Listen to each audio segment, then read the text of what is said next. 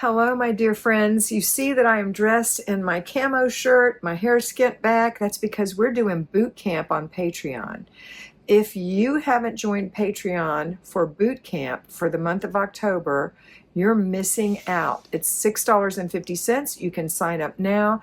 And even though several days may have gone by since we started boot camp on Monday, you can always go and do it just from that point. There's nothing that keeps you from changing anything. You're just going to learn the different things that we do in all of our rituals and all of our routines, basic weekly plan, and zone work, and how to put them together. So I invite you to join and know that the next few weeks, this is what I'm going to be wearing in your videos. But today I want to talk about why we can't have nice things. And we've heard people say that, and we know what it means. It's when people, maybe your children are careless with your things, or you are careless with your things, or things aren't getting taken care of like they need to be. So, for example, your child carries his juice into the living room, grape juice, and spills it on your couch. And you say, this is why we can't have nice things. Because your child spills, or because you don't have a rule? Because your child is going to spill. So if you have a child whose manual dexterity isn't there yet, then you need to consider saying, if you're going to drink that, you must stay in the kitchen, and actually making that stick. Grandma, same for you. There's no reason to have your things ruined because a child can't do the thing you're asking them to do. It's not fair. They can totally have their juice in the kitchen, and you can stay with them while they drink their juice in the kitchen.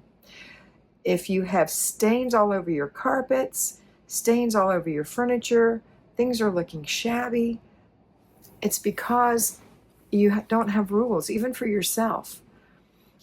We had a rule in our house where children's seat belonged in the seat. No one stood on the furniture. No one jumped on the furniture.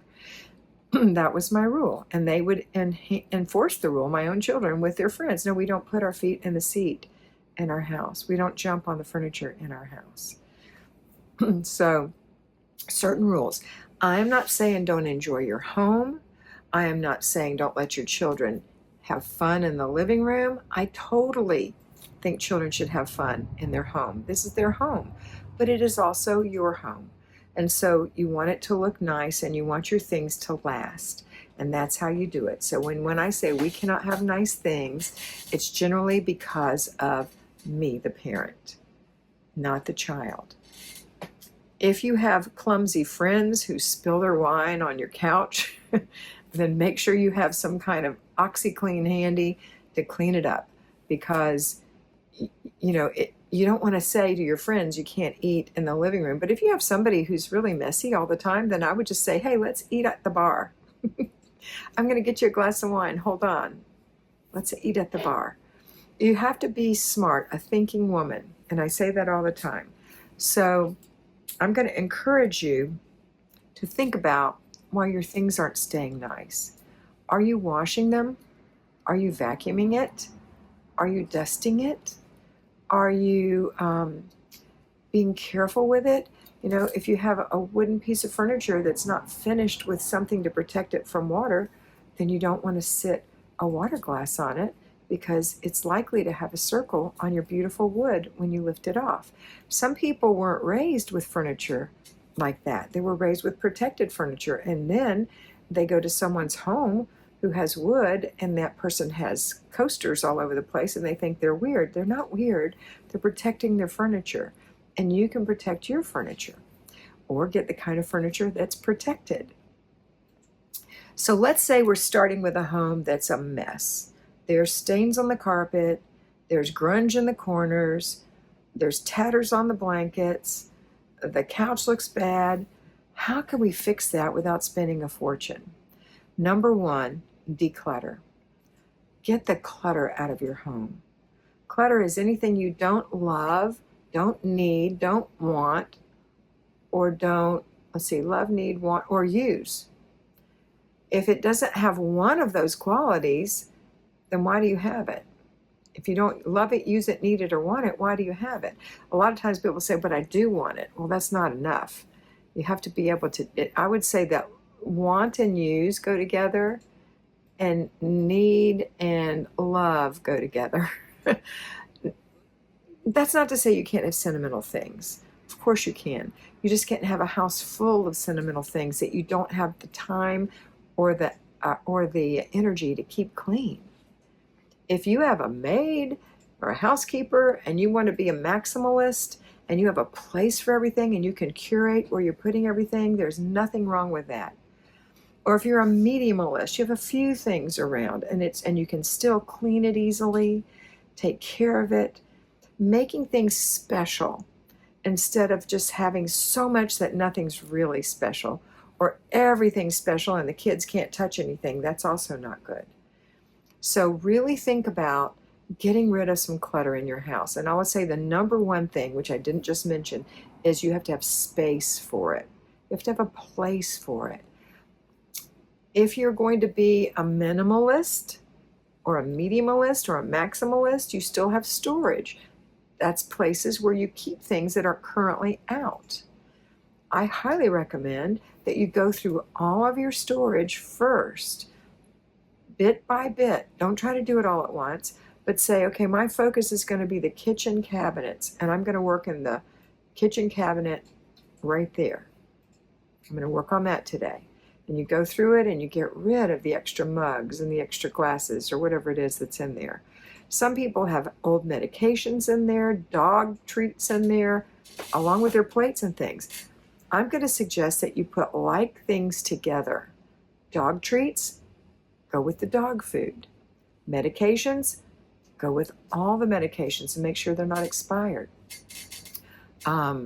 Plates, go with the plates. Cups go with the cups. Glasses go with the glasses. Storage goes with the storage. Silverware goes with the silverware, etc. That's going to make it so much more streamlined for you. And then you can see when you have all these things together, my goodness, I have 4 can openers. And I don't like this one, and this one looks rusty. This one I love, and this one's okay. I'm going to keep the one I love. I love this one. I need a can opener. I want a can opener, and I'll use a can opener. Boy, it fits everything, and you have a place for that one can opener. Again, these are just suggestions. It's your home. You do what you want. But if you're wondering why you can't have nice things, it starts with the storage. And then when you have things laying about and it's making you miserable because clutter screams at us, if there's a place for it to go, like if you see the can opener laying on the countertop as one of the things that are laying out there, oh, I know where this goes. It goes right in this drawer with all the other things similar to that. Like maybe you have, maybe you keep it in your knife drawer, or maybe you have it with other, like a bottle opener, and you've got maybe skewers and just odd things. Maybe that's where you want to keep it. You figure it out where you want to keep it, like things together. But you wouldn't put your can opener with your dish towels. That's not like. You wouldn't put it with your glasses. It's not like. It wouldn't go with your storage. It's not like. Does that make sense? So when you get ready to put things away, the things that are out are usually the things we use the most. The things that are hidden in the drawers we probably never use. And it's really weird to start getting rid of it, but it's going to make you feel so much better. All right, so that's it for today. That's why we can't have nice things. We don't have the energy left to clean it. So if you have, I was going to go over this real quick. So if the carpet's dirty, then get a little thing of carpet cleaner, a little handheld thing, and just do the spots little by little. And then figure out why those spots keep getting there. Why are those spots there? Am I vacuuming this regularly? Am I letting the dog come in here and eat his food on the carpet? You know, what's happening that's causing this, and how can I stop that? And use your big, beautiful brain and get it to stop. Why is the blanket tattered? Well, it's tattered because it's 1,000,000 years old and I need a new one, a throw, for example. Or I just need to wash it and make it look better. It'll kind of look better if I just wash it and smell better. And there are stains on the pillows, the throw pillows. Maybe I need to get some new covers. Or if I can't afford that, take the covers off and wash them. and put them back on. Things that are clean look a whole lot better than things that are dirty, whether they're tattered or not. All right, so the number one thing is storage, and cleanliness is number two. You got to store it first, find a place to keep it. Number two, keep everything clean. But you can't clean clutter. Please join me at my boot camp. I think you will find a really great system for yourself so that you can start having nicer things. And always remember to be beautiful because you are beautiful.